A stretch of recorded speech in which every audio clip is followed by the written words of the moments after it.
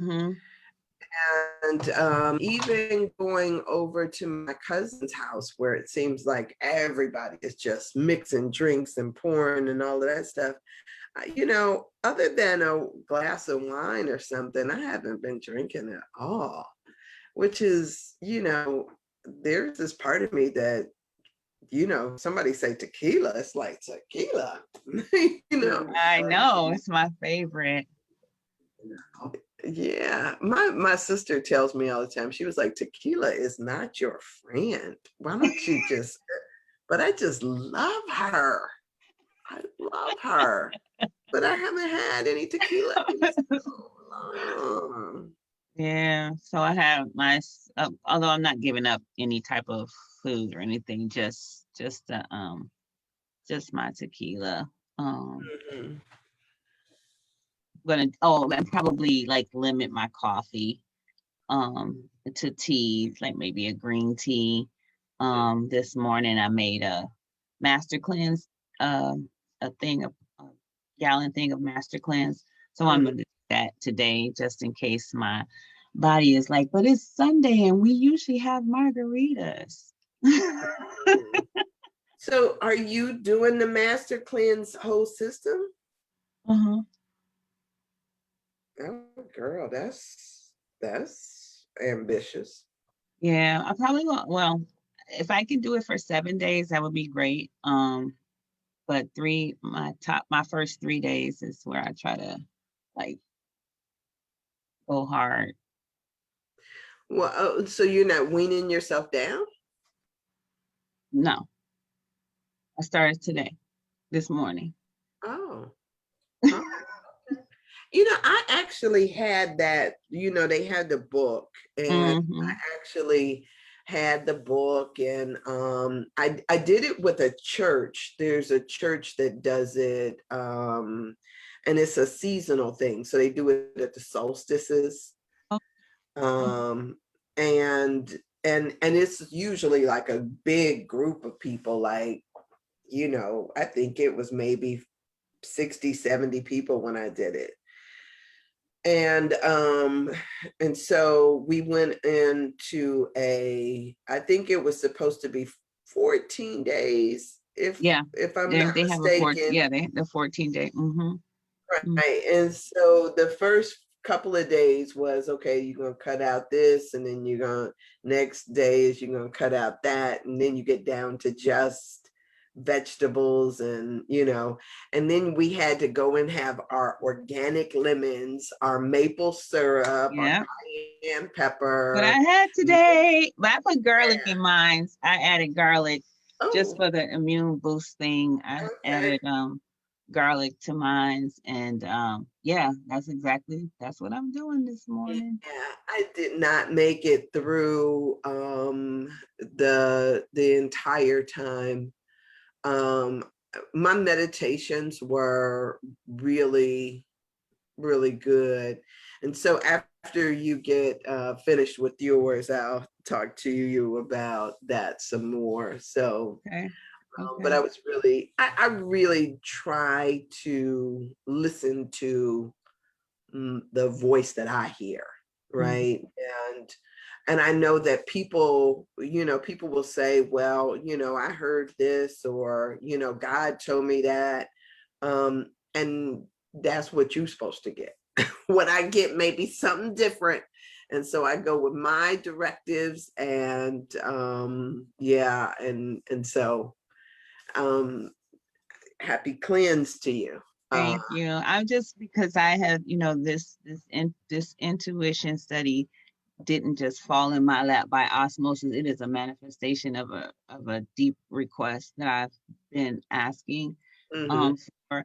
And so I really just want to take advantage of the information and be really clear and certain about my intuition for myself. I've really and I'm very attuned to other people when I'm in sessions and when I do groups, but for my own personal self, just being clear about what I'm hearing for myself Mhm. um, is become a greater that Marianne Williamson quote about, just um I am encouraged to just see how far, far, far I can go, and Okay.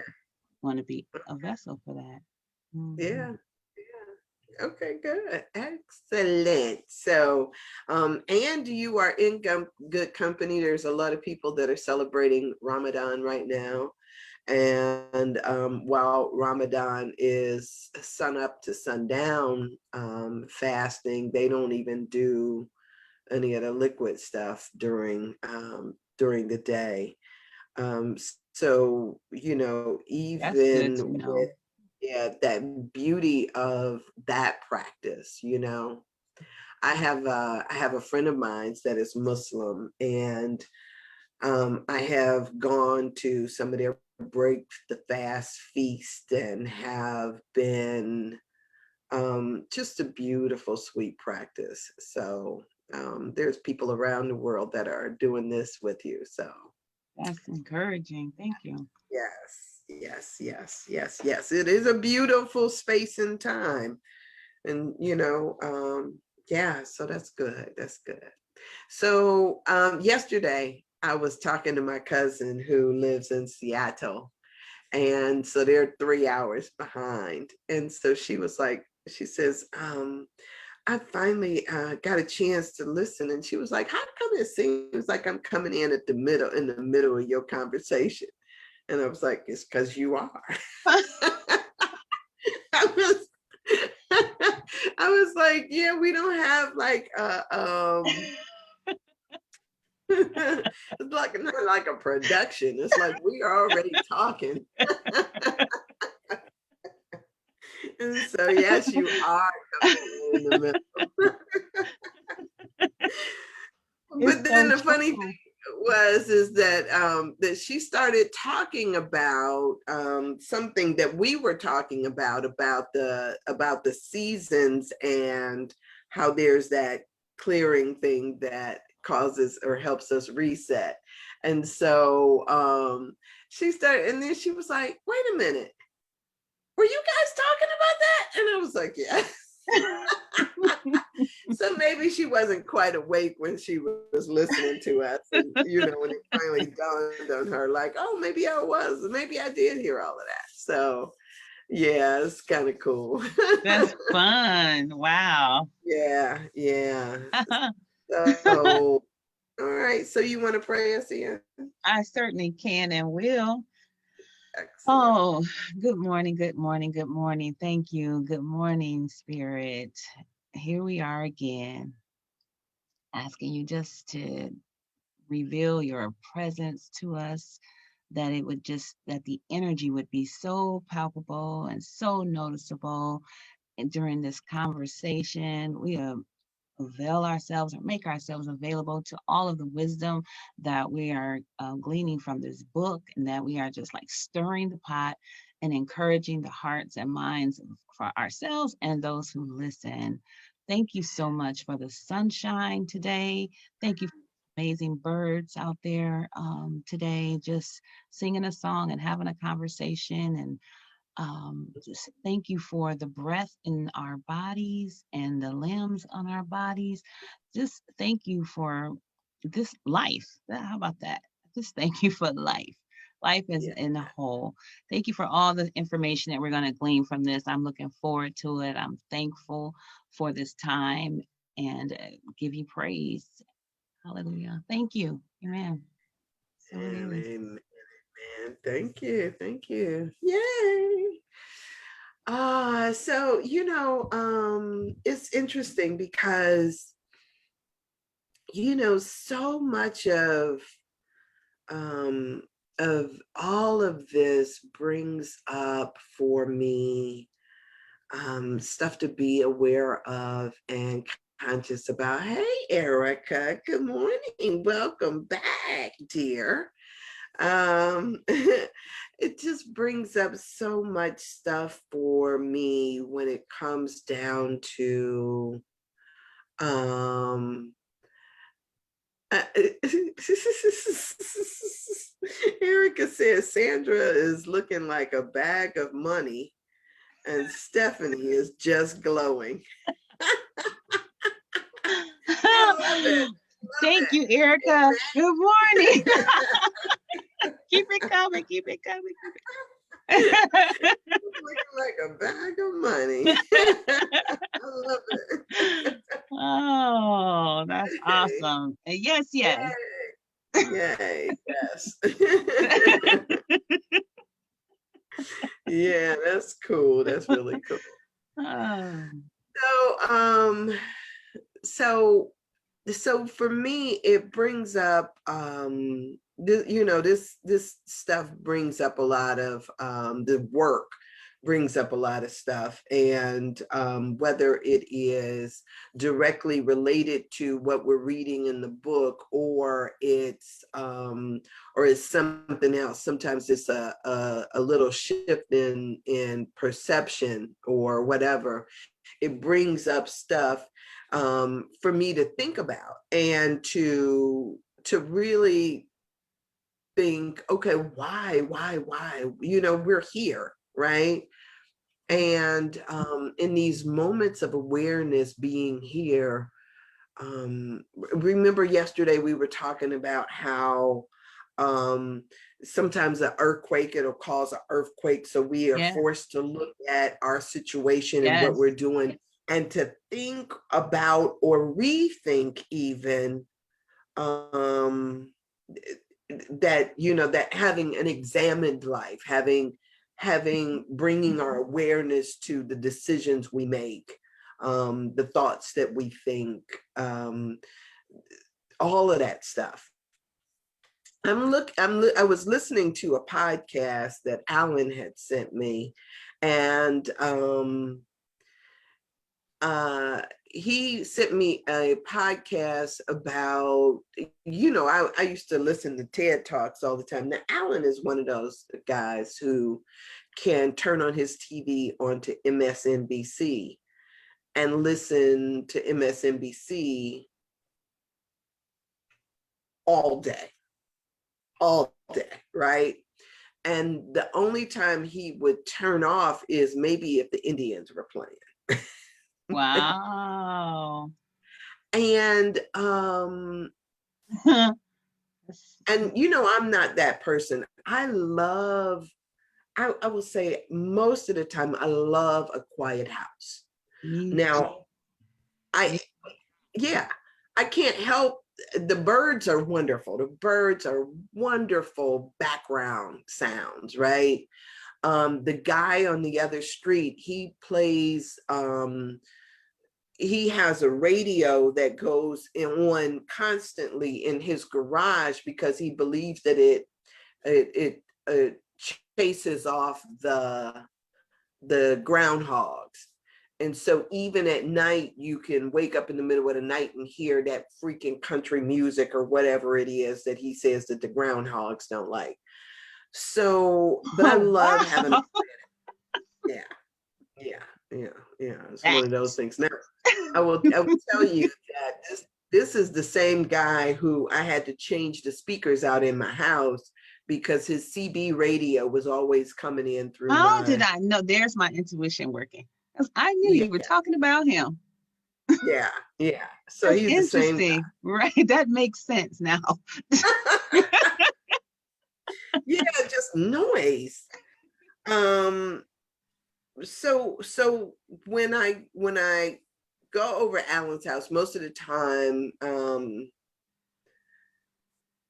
he's got news playing, and that news means that somebody is talking about somebody, the decisions they made, what they did, even if it was retrospectively. Yeah. Last year this time we were, um and so sometimes, like you're doing a cleanse, sometimes I think that we need that reset, that space where we have the ability to think about or be reflective, or just create some space so that we can, what do I think?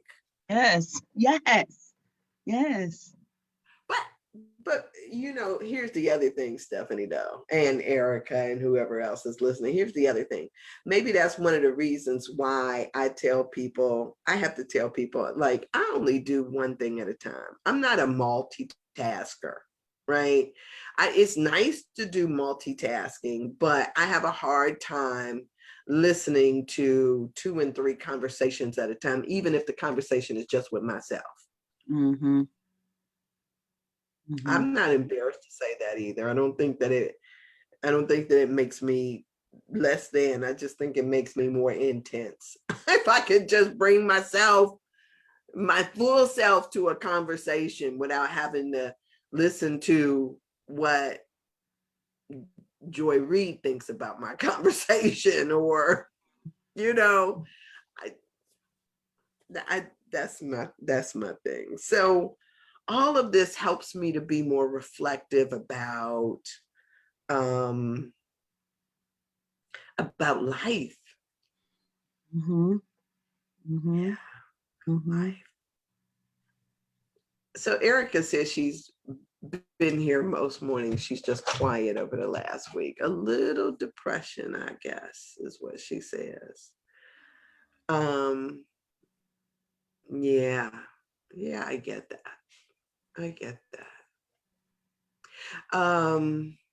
Yeah. So good. All right. I'm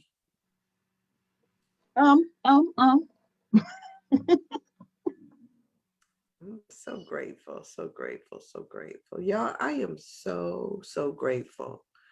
And even in the midst of this, I can look and I can see and have compassion for the fact that other people are in the midst of an earthquake right now that we talked about yesterday. Or trimmer. Yeah, or a tremor. Yeah. Um, and there's a part of me that knows that there is the other side. Like sometimes it seems like you're crossing a great chasm, like the Grand Canyon. Mm-hmm.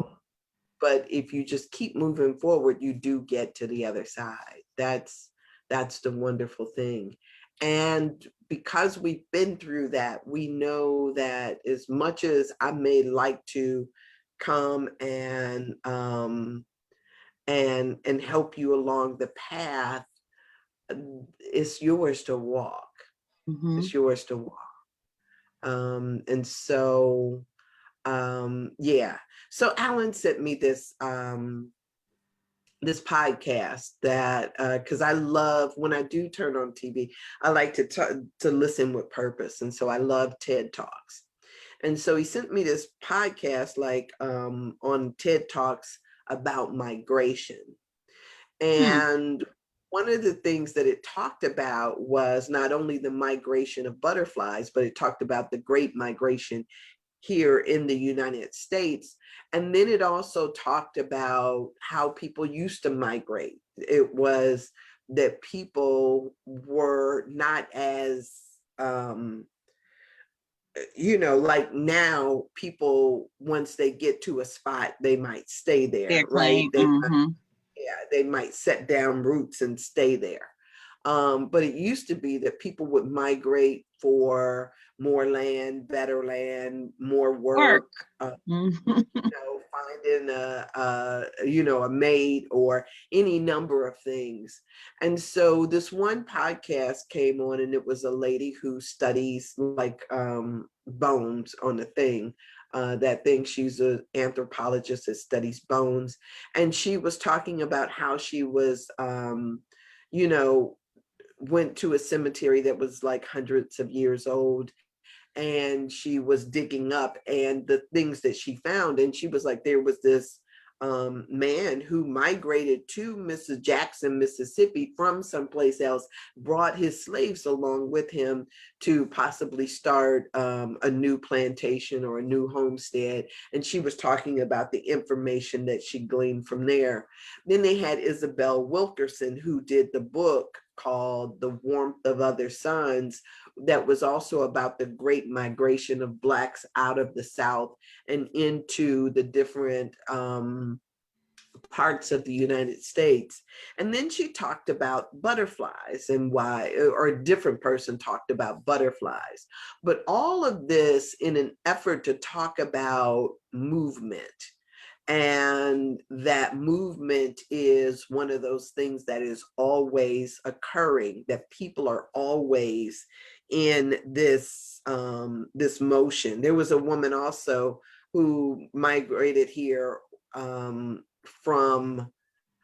Ireland, and she was talking about how her experience as a foreigner coming into this country can differ so greatly from, say, for instance, the Mexican coming into this country, and really kind of trying to shine a light on those types of things. But it is this, I think that there is a certain amount of reflexive awareness that comes in through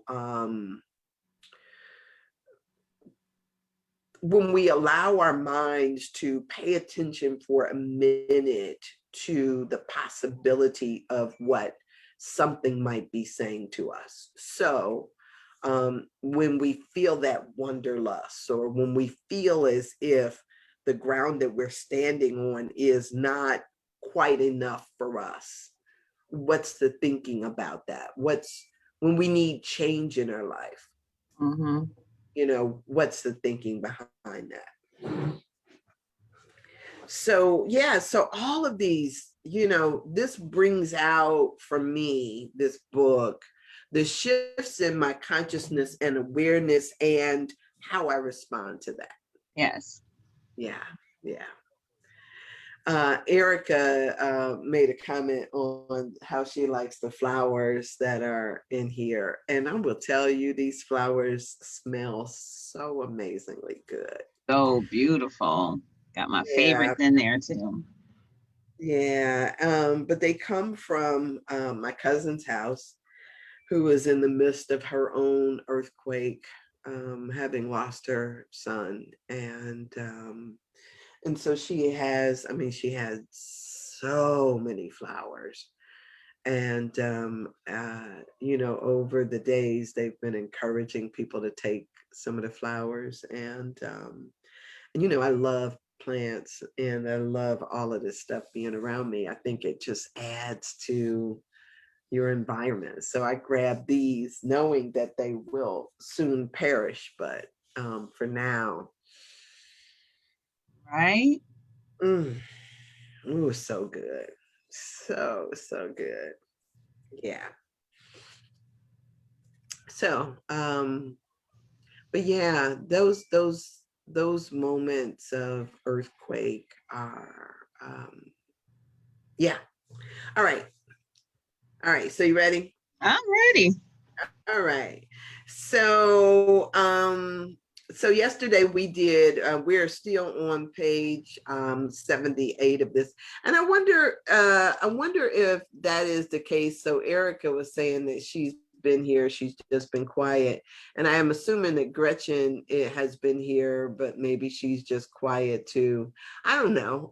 It's all good, whatever, whoever, it's all good. And the amazing thing about this is that you can watch it any time of day. And you don't have to just watch it in the morning time. Although it's called Morning Glory, you can watch it anytime you feel like it. Yeah. I want to recap on something real quick, like before you go on, because I read it over again. I'm trying to stabilize my book. So I'm on page 77, but I'm going to do a skip, I guess a paraphrase. That we are simultaneously matter and spirit. What drains your spirit drains your body. What fuels your spirit fuels your body. Mhm. The power that fuels our bodies, our minds, and our hearts does not originate in our DNA. Right. Rather, Yeah, it that's is, so juicy. rather it has roots in divinity itself. The truth is as simple as and as eternal as that. Mhm. And I just like that has just been just highlighted. I'm thinking about putting it on my little index cards, my little Yeah. thing, because it's just that level of truth. It's just a reminder, like what's draining our spirit drains our body, what fuels our spirit fuels our body, and so being super intentional about understanding the collective, the Yeah. collaboration between my spirit and my body, like not taking it for granted. Right. And Right. It's interesting. Okay, so a couple of things are interesting. Let me say this. A couple of things are interesting for me. Sometimes I see people who have such judgments about other people, right? They always trying to tell you what you should do, what you shouldn't do, blah, blah, blah, blah, blah. And while usually I try to stay neutral, try to stay quiet.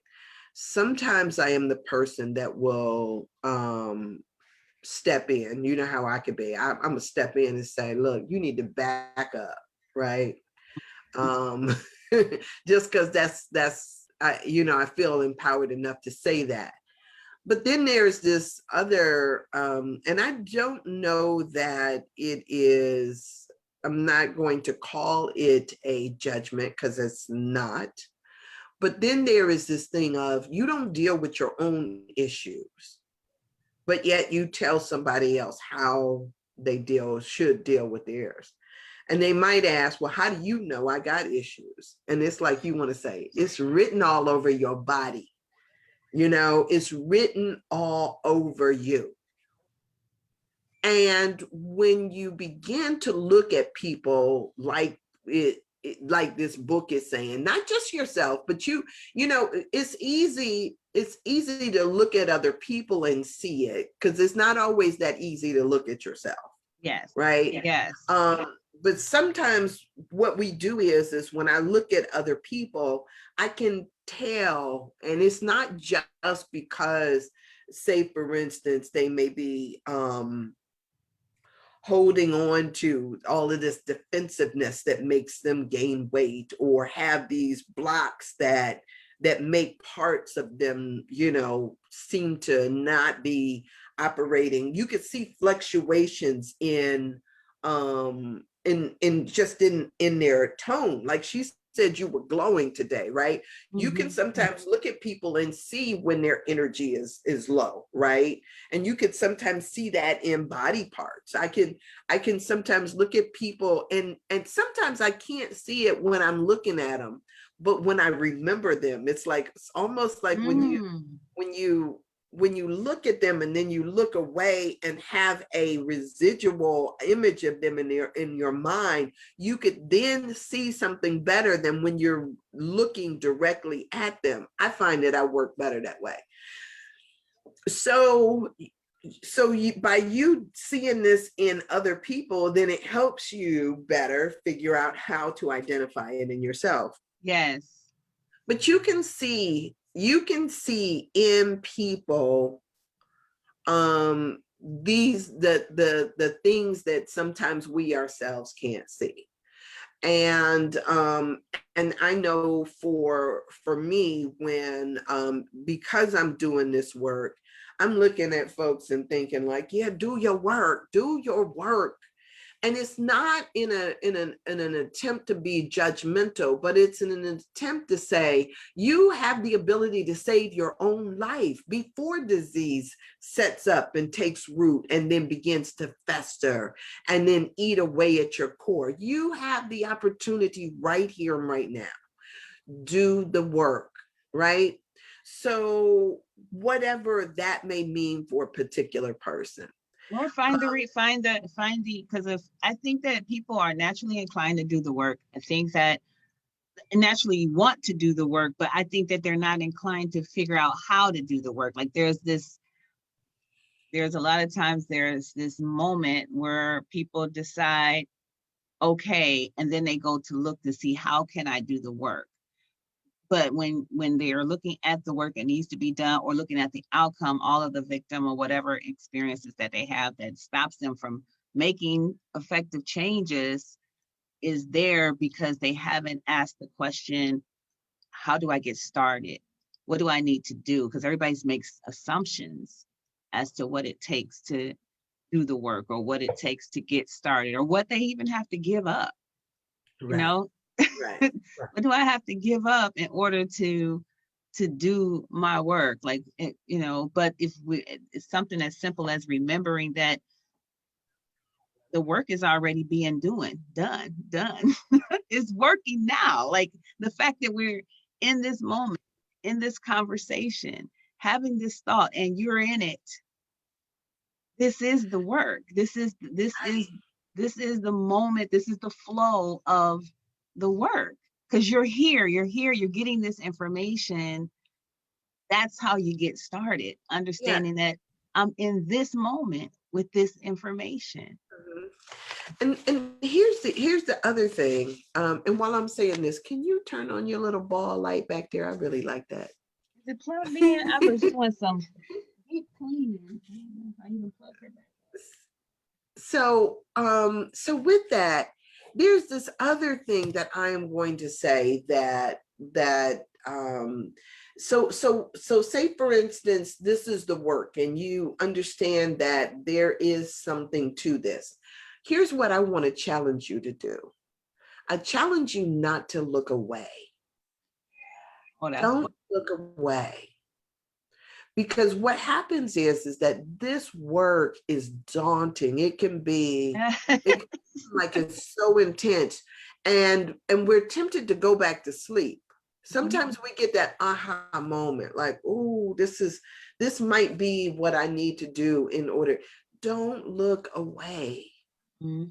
That's, and I think that's how um one of my cousins was talking about something that happened um, on her job. And she was talking about that the FBI started investigating somebody. And she said to them, she was like, I was totally out of line with this, but she says, I said to this person, you're being watched. You need to clean your action up, or you need to clean your act up. And I guess they figured maybe she's just telling me this, or maybe this is. And so she said that she said it and she just left it where it was, because she was like, she had no business telling them that they were being watched. But she said she just left it right there. And so, say for instance, this was in July of last year. Maybe they took it seriously, maybe they didn't. But she said it took probably at least another 10 months before they actually moved in on whatever it was this person was doing, and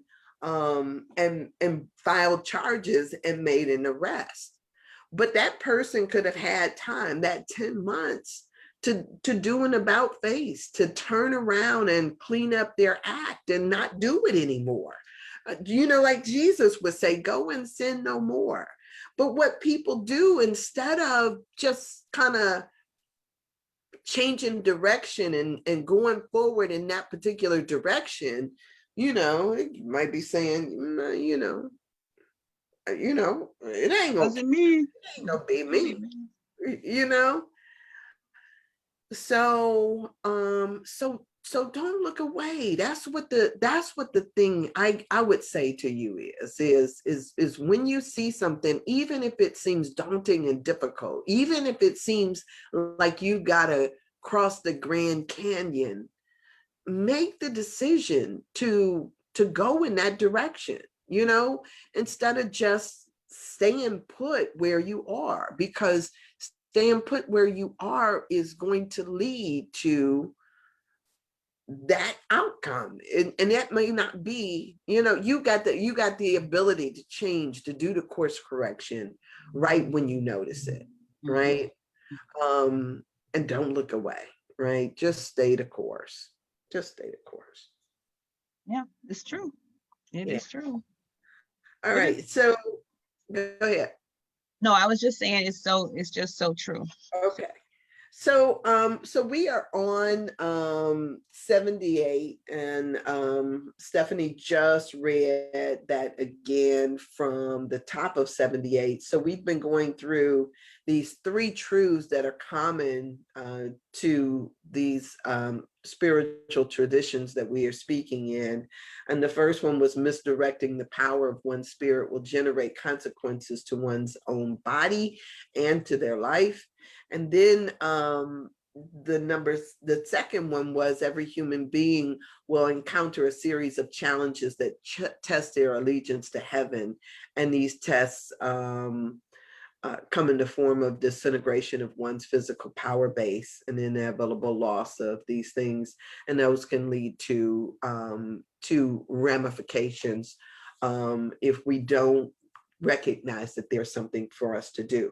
The third one is to heal the misdirection of one's spirit, one has to be willing to act to release the past. Oh, look, we already there.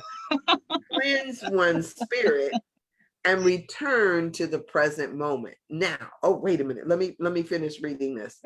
Believe as if it were true now is the spiritual command from the book of Daniel to visualize or pray in present time. So when I read this, I put a note in here right next to it that says this is the hero's journey. Yeah. Yeah. One of the things that Joseph Campbell talks about in his writings is this idea of myth and how myths are created. Now, what's a myth? A myth is how do we define myth? A myth is a story. And most people will say that based on definition that it is untrue. But a myth is a story that creates, it's almost like having a parable. It may not be true in the sense that the characters are not real, but the issues are. And so it's supposed to point you in a particular direction. And so whether we are talking about the Greek myths or the Egyptian myths or the present day myths that we are I was just thinking about the present day myth. Yeah, that are unfolding, sometimes even as we speak. A myth is a story, and the way that the story is created, it starts out with you seeing a person in place. So that means it'll show you my life, or it'll show you a person's life and what it is like. And then there will be something that happens, like an earthquake. It'll be something that happens that causes that person to then have to go on a journey. And on this journey, they are going to encounter challenges that take them deeper within themselves, right? Yes. Whatever that, huh? I just said yes. Yeah. Okay, yeah. Whatever that may be, it takes them deeper into themselves and it challenges their thoughts and their beliefs and their ideas. And then once they have gone through and say, for instance, they had to go on a quest, and the quest may be to get the golden chalice, or to bring me the witch's broom, or to go and find your father, or some of the wonderful myths I think that have been created these days, the Matrix, Star Wars, Star Trek, those all things kind of fall within that mythic journey. And so then once you go and you do these excursions, then you go back to the place that you've come from, now with a new knowledge or with a new accomplishment that helps you, not only you, but the people around you too, see the possibilities for themselves. And so this, when she says that one has to be willing to act to release the past, sometimes what we're doing is that journey is forcing us, to release the past, to cleanse your spirit, and then return to the present moment. I find this fascinating in putting it in terms of a dis-ease or an illness, right? Because that means that we are not going into a far country. Okay. That far country is right where we are. So remember, I'm saying that we are a microcosm of this vast macrocosm that we live in. So if we live in the universe, we still have universal stuff that's happening right here in our little bodies, right here. And so she's saying that we don't have to go anywhere to confront life's challenges. All we got to do is be willing to go deep. How do we go deep? We don't look away. We allow ourselves to go deep into and the moment. just be curious, Yeah. curious, like a little bit more, a little bit more, a little bit more. But I also think, but you learned that in the journey too, before the return. But while you're in the journey, learn when to say, oh, I've seen enough, and then go in another direction. Go in another direction of the healing, because you can go in a direction where, as you're looking and being, well, just stay curious. When you say stay open, stay connected, just stay curious. Because I think when we don't get curious, we just stop looking. When we're no longer curious or anticipating was that we just read about the visualization, when we're no longer curious, we're no longer anticipating healing and growth, then we stop looking. So yeah, kind of turn away. Some people think just because it gets hard, but I don't know if it's always that it gets hard. I just think we get complacent in a space and we stop looking. Well, some people don't see results fast enough too. Oh, that's so good. And that is so true. And I know that firsthand from what I do every day. Right. Sometimes, like, say for instance, you're on a weight loss journey, right? And you feel like you working your butt off. You done all that. You've been eating the way that they tell you to eat. You've been exercising, and that doggone scale is not moving, right? And so sometimes people are just look at it like, oh, this ain't working. When I get on the scale, right? Rhonda and I and you and, all of us have been exercising every single day. Rhonda is counting the days. So we actively started exercising like 85 days ago for a half an hour every morning. And so if I was just looking at the scale says the same thing today that it did a month ago, right? I took a picture of it a month ago.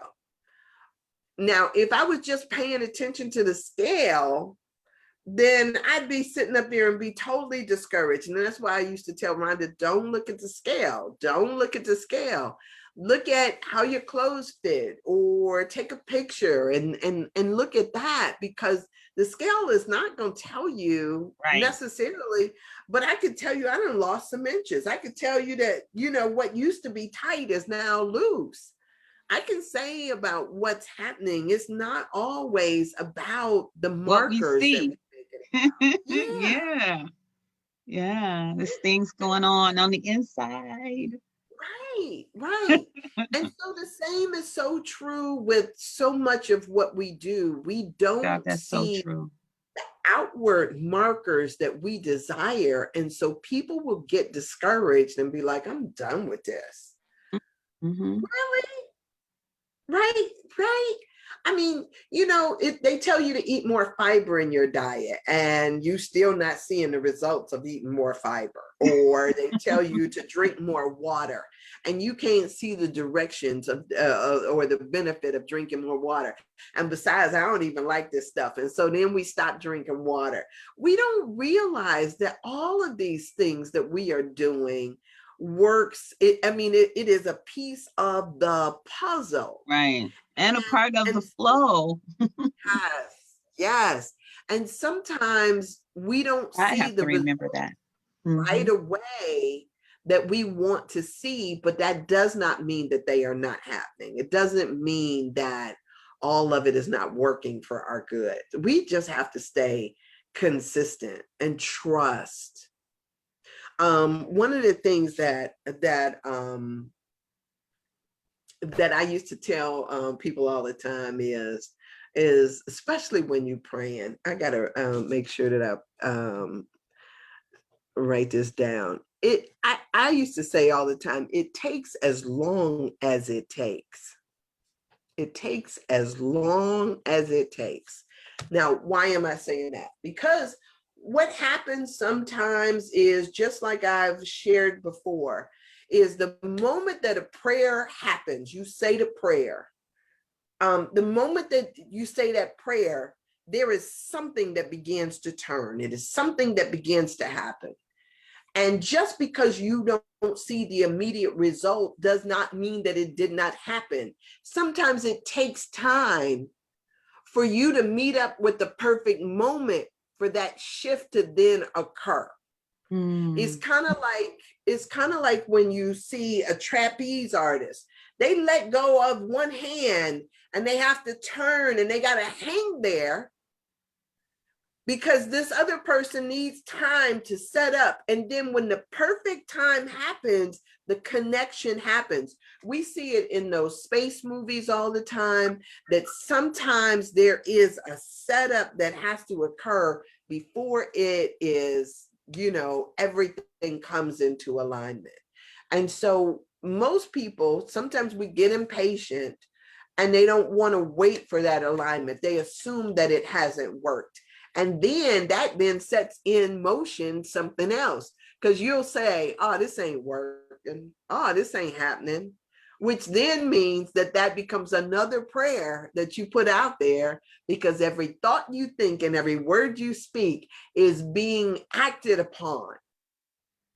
And so in order for us to not abort our own process, we got to stay in the moment and have the anticipation, who it's going to be right on time. Right. Right on time. So so this thing becomes for me about to let go of once I've made a new declaration in my life, once I've made a new decision, that means that I need to do an about face for March. Because if I'm still sitting there looking at what was, I can't see what's coming. Yes. I can't see.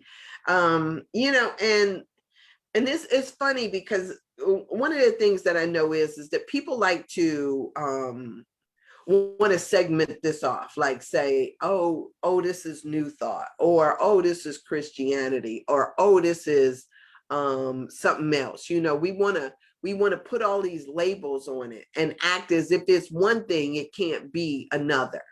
And one of the wonderful things about Carolyn, what she has done here is she's meshed them all together.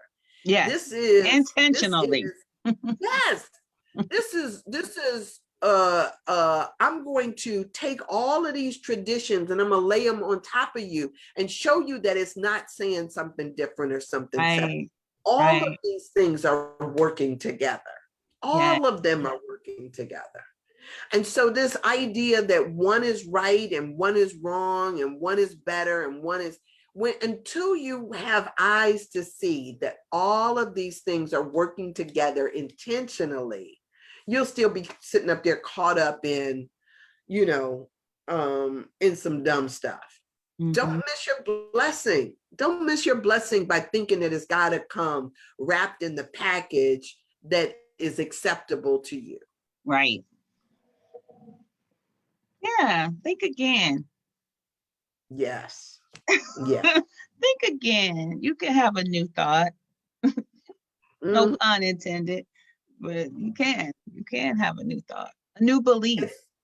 Yes. And so the other thing that she says in here is believe as if it were true now.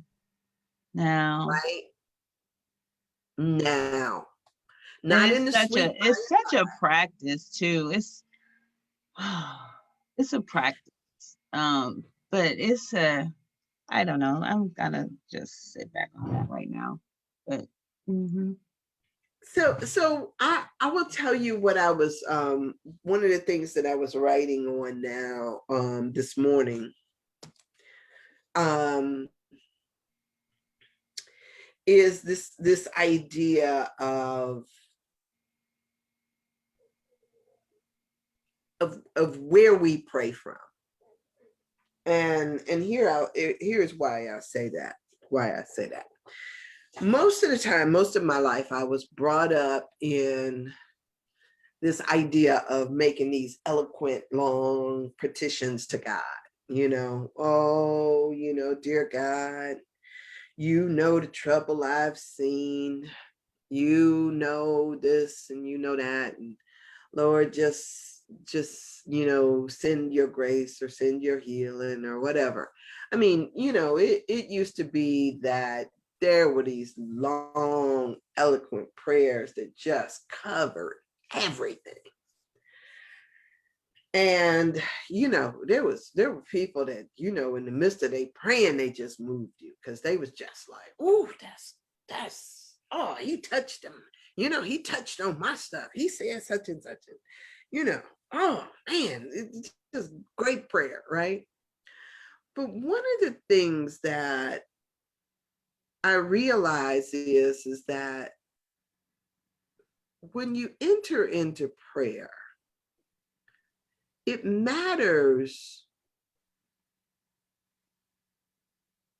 Place matters. Let me say it like that. Place matters. Now, here's why I say this. I can pray and I can see and pray to a God that is out there. I could say, dear God, help people to see and understand what it is that I'm trying to share with them. Help them to appreciate this. I can pray from that, God out there standpoint. But that's a very different prayer than knowing that I'm not separate from God. If I place myself in God, the very blessing that I am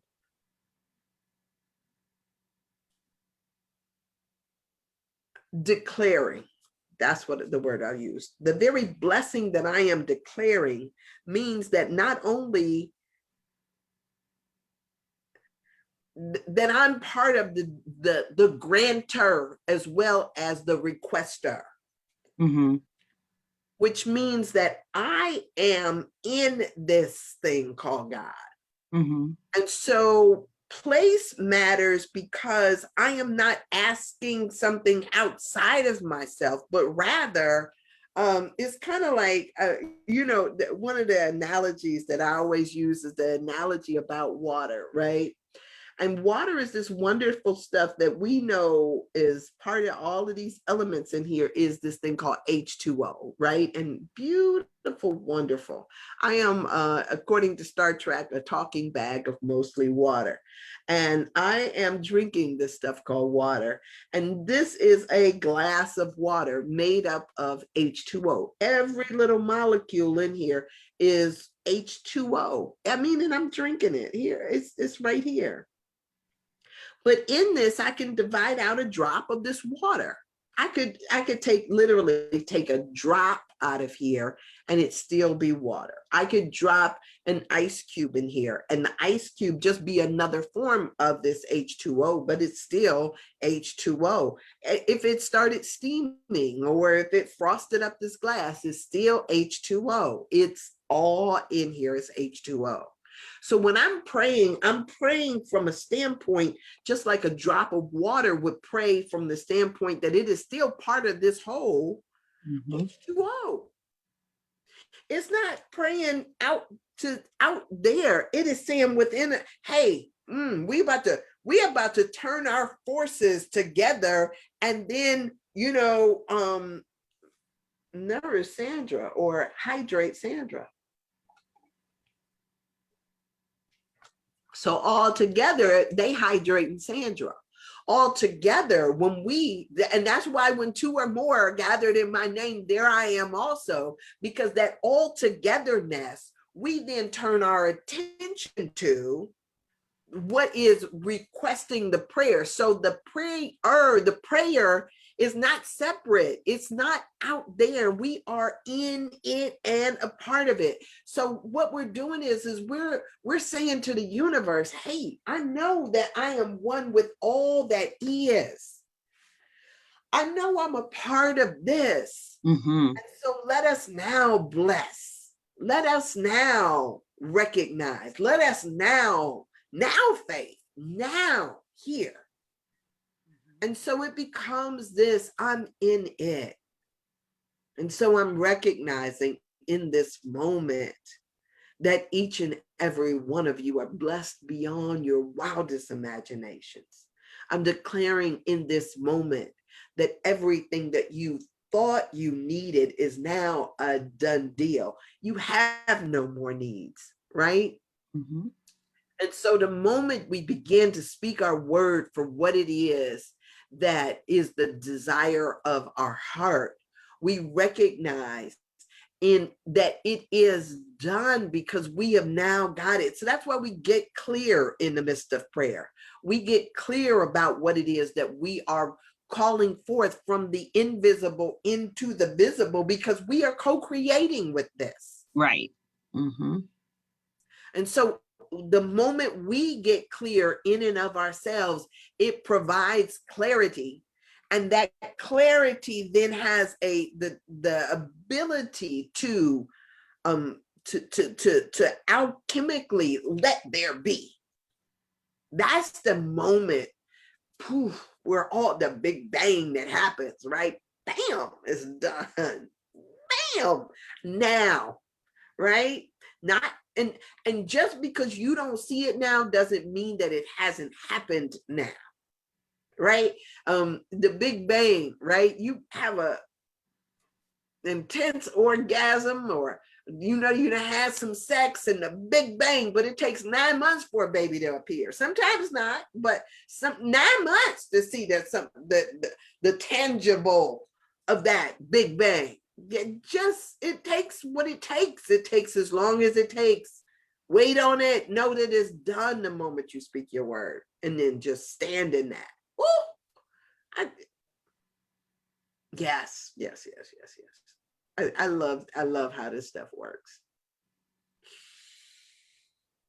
That was good. So believe as if it is true now. And this is a spiritual command from the book of Daniel, to visualize or pray in the present.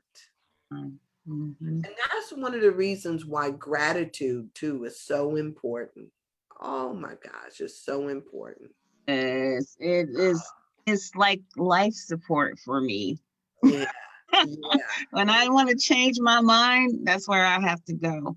I go straight to, you know what? I just appreciate, oh my goodness, look at the possibility. I just I have to go on a gratitude rant to remind my spirit to take over and feel like, but gratitude is just wonderful. Yeah, and then to be able to see, to visualize. Sometimes we're trying to get the exact picture, and it's not the exact picture that we need. It's just, how do you want to feel when it's done, right? Getting that feeling of how it feels to be secure in that. Just getting that. That's the quantum healing. That's the quantum healing. that is the quantum healing experience. It's just that oneness and imagining, it's kind of speaking of the matrix, it's kind of like imagining that space between where they come in and out of the world, that little long, that area right there, like Mhm. that's the if we can come against that space and just push ourselves through, just push on through, it's like that, just push through that spot, the feeling of this side of it, Mm. and then this, revel in that experience, just stay in that experience. And that's what meditation is for me, just grabbing, crossing over, getting into the space where I imagine I want to be, my knee healed, and crossing over and staying in that vibration. And I've been doing some healing work in that area, and it's just been magical. I've been writing about it. But yeah, it's just been like just imagining moving myself into that space. Like, what would it be like to have my knee, and also doing the psychological stuff too, which is letting go of the past or whatever I'm holding on to, whatever I'm being inflexible about. And it's just been, anyway, it's just been Yeah, this yeah, magical yeah, experience, you know. it's good. It's good. And yeah, it is really good when we can just stay in that. And you use the word magic, so sometimes it's like wonderment. When I Yeah, think about yeah, just just having the ability to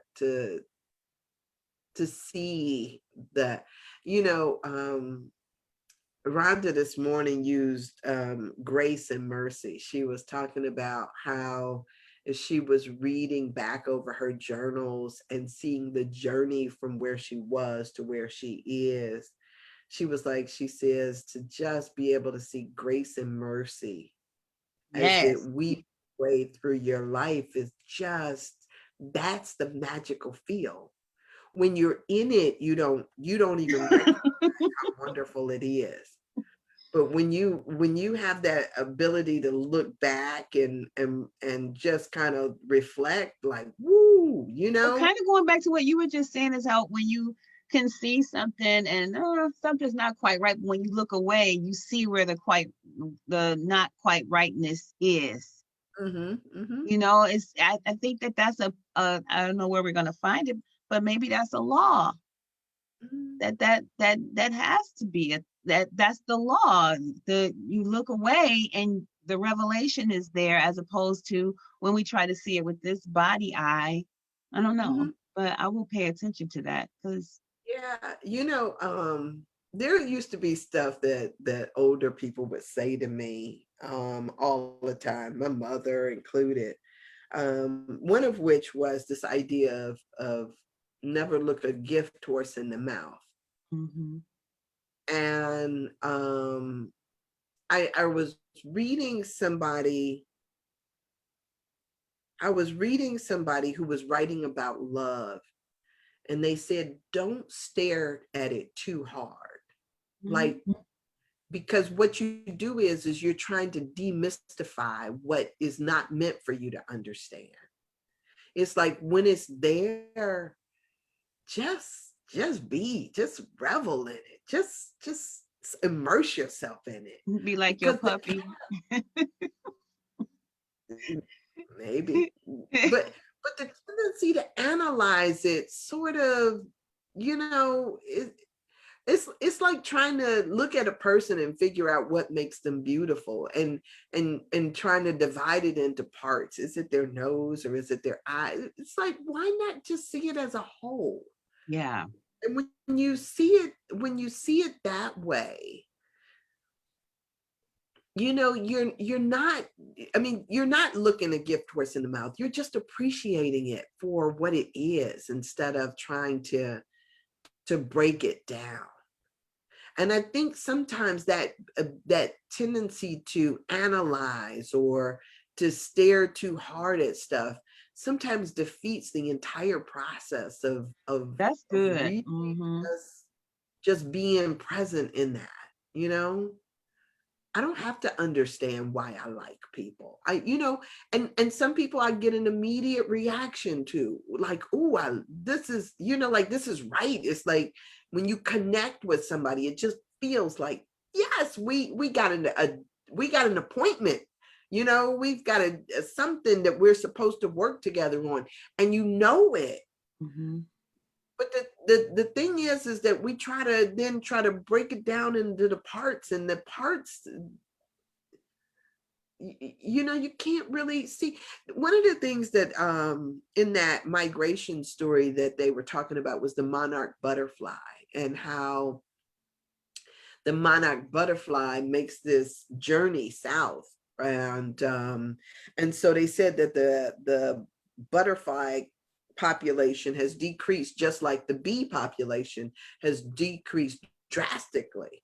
And they were trying to figure out why. And so one of the things that they found is that now that we have all of this genetically modified food, and Roundup and other insecticides, the insecticides, while we're going out here killing all these weeds, the weeds are a necessary component because they feed the butterflies. Right. So if they feed off of ragweed, or if they feed off of some other kind of stuff that people are now killing because they got Roundup or they got insecticides, they're killing a natural habitat or a natural part of the food system or the ecosystem that basically feeds the butterflies and the bees and all of that stuff. They get their nourishment from that. While for us, people are saying, oh, let me get rid of the weeds because I don't want any weeds.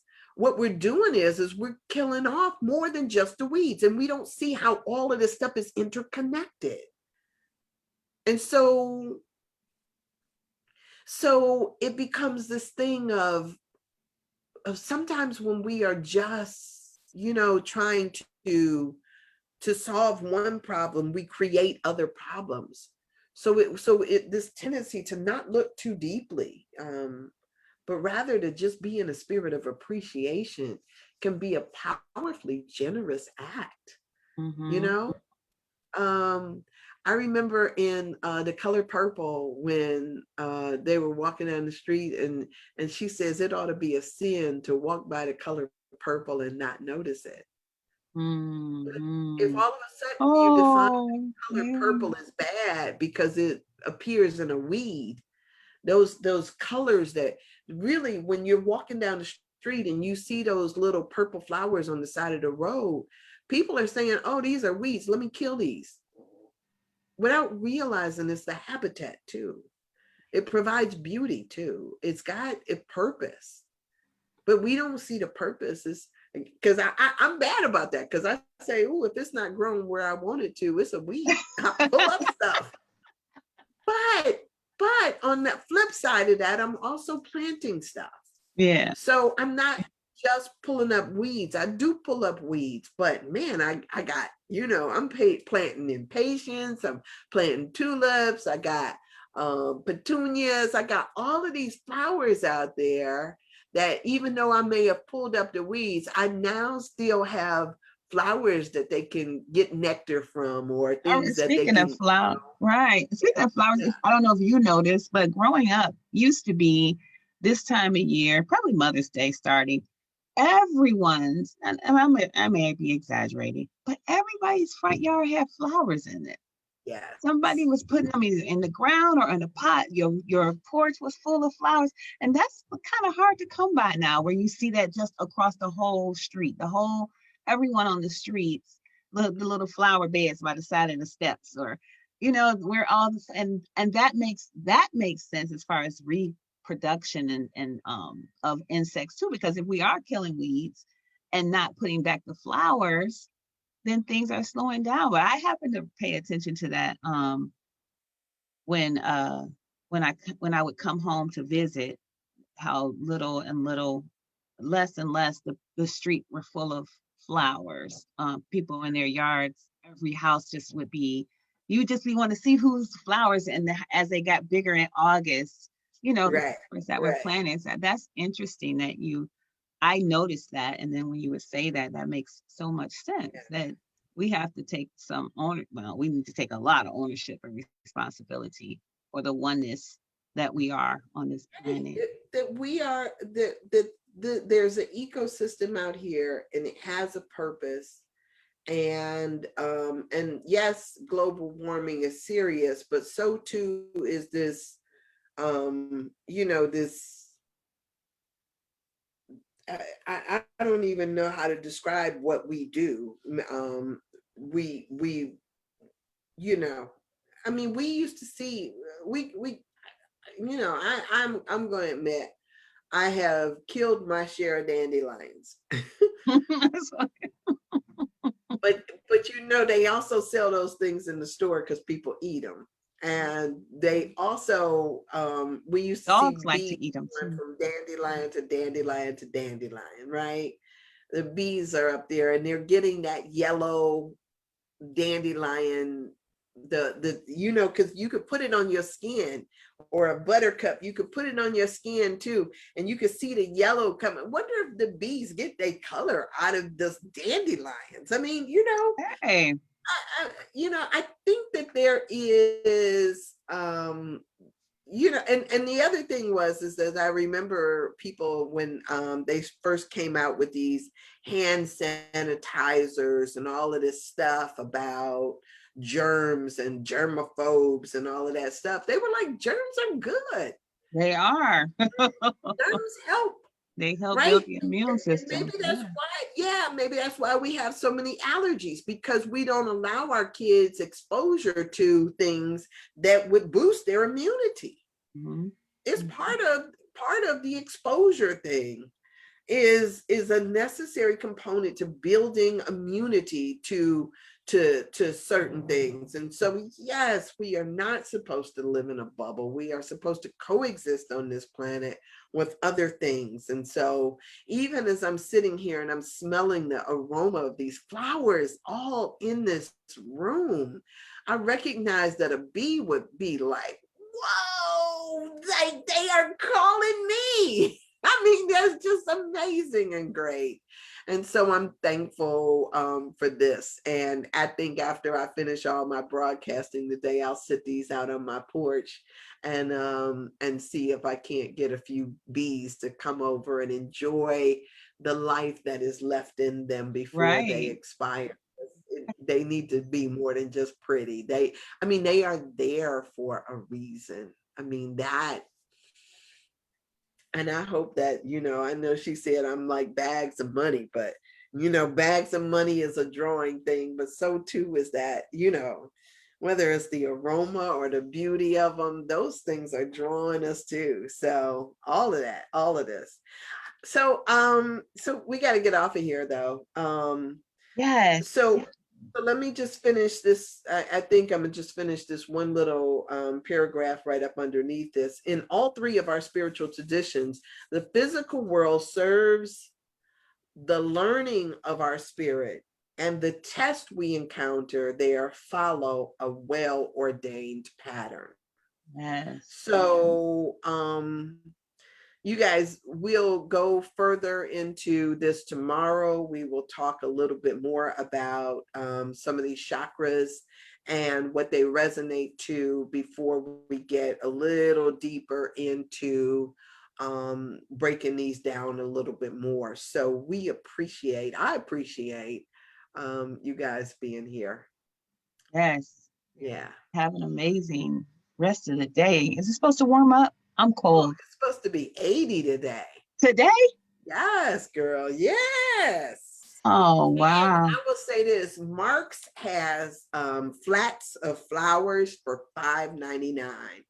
Okay. So That's you get where like, we get them from. I think you get like 24 plants in a flat. And where you might go, if you went to Home Depot, you would pay $15 for that. You could get them at Mark's for a third of that. And so my mother used to love Impatiens, because Impatiens while they may start off small, they bush up. Yes. Oh They my goodness. bush up and spread.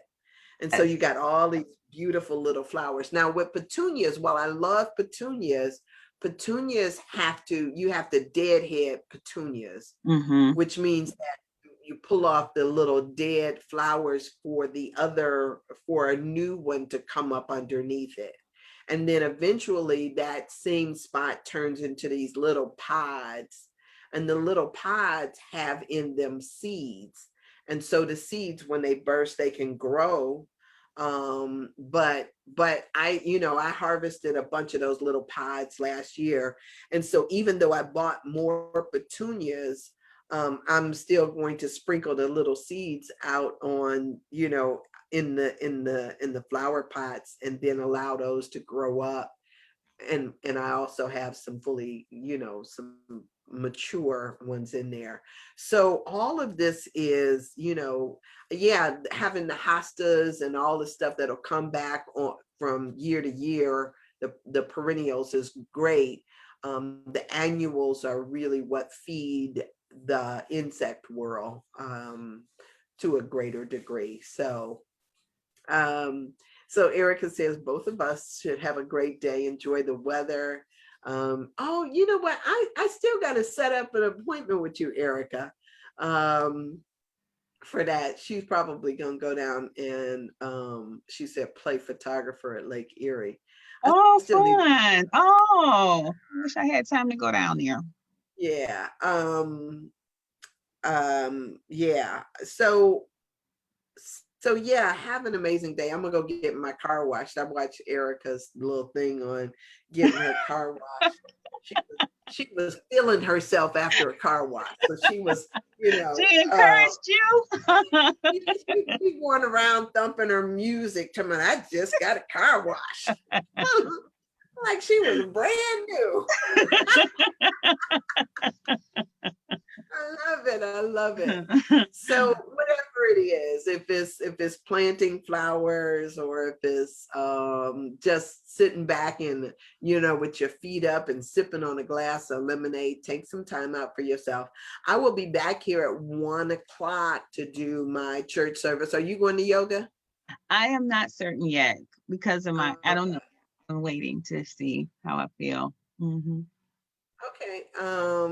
Yeah. Yeah. Sometimes I've yeah. Yeah. So anyway, What? I said, what? What were you going to I don't say? know. I don't know. I was thinking that, sometimes I do yoga in spite of the fact that sometimes I'm not all that comfortable. Like, I got some kind of aches or Yeah. pains. Hmm. And usually, so I think I've said to you on here before is, especially last Saturday, is that when I'm not feeling well, Oh, I yeah. noticed that when I go ahead and do it anyway, it's almost like there's a space created for me to be Oh, able that's so to good. Well, thank do. you. Yeah. So I Do that. usually, in spite of my tiredness or my aches, I go ahead and do yoga, and maybe about 5 minutes in, I've forgotten that I was even having any pains. It just works that way. So that's part of trust too. So Hmm. Hmm. so don't let that dissuade you. Yes. Thank you, ma'am. All right. So you guys, we love you and thank you for being here. I will be back here at 1 o'clock to do my Sunday sharing. And Stephanie will be out there glowing and doing her thing today. I'll be back home, trust. So I'll be here for the 1 o'clock because I have so much to do in this space. I'm almost like, oh, do I want to get up and leave it, or do I just want to plow through and get some stuff done? But we'll see. I think I'm gonna take heed that that was a messenger. It was a little butterfly message from you today regarding the yoga. So Yeah. I'm just gonna work accordingly. You know So what? have an One of these amazing. days, one Huh? of these days, we're gonna have to. So as the weather changes, one of these days, what we should do is we should do a meetup someplace just have folks meet us either at a park Oh or at yes, a, that Lake Erie under that willow tree. yeah, like, yeah, that works That's my too. favorite spot. I love that But space. yeah, just have people come down and bring a blanket. And I'm gonna tell y'all what I did a couple of times that used to be so fun is everybody show up with their own version of an instrument. And then just see if we could just make a cacophony of sound that just becomes our beautiful groove. I love Nice. I have been to house parties where somebody just opened up a duffel bag and started handing out a drum or a tambourine or a little ukulele thing or something like that. And it just, That's even for people who fun. weren't musician, it just turned into something beautiful. Oh, Yes. we should do that. We should do Yes. that. Yes. I'm on it. That's exciting. That's exciting.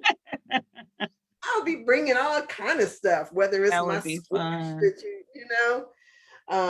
that would be good to do. I've been Yeah, wanting to drum, so I've been drumming on things around here, but I've been considering investing in a little African drum because a lot of times I love to meditate to drum just the sound of doom, doom. And I love to yoga to drums too. So oh, the nice. sound of drums. So yeah, I think this is gonna be great. I love it. Let's And you collaborate on know a what? time and a date. Okay, but you know what? In certain countries, people just drum on the bottom of a pail. Yeah, I use a coffee can. My mother's Folgers. That's what I use right now. The little one you get from the Sam's Club. That's what I have right now. Yeah, yeah. And I love steel drums. A steel drum will take me someplace. Oh my God. Mm.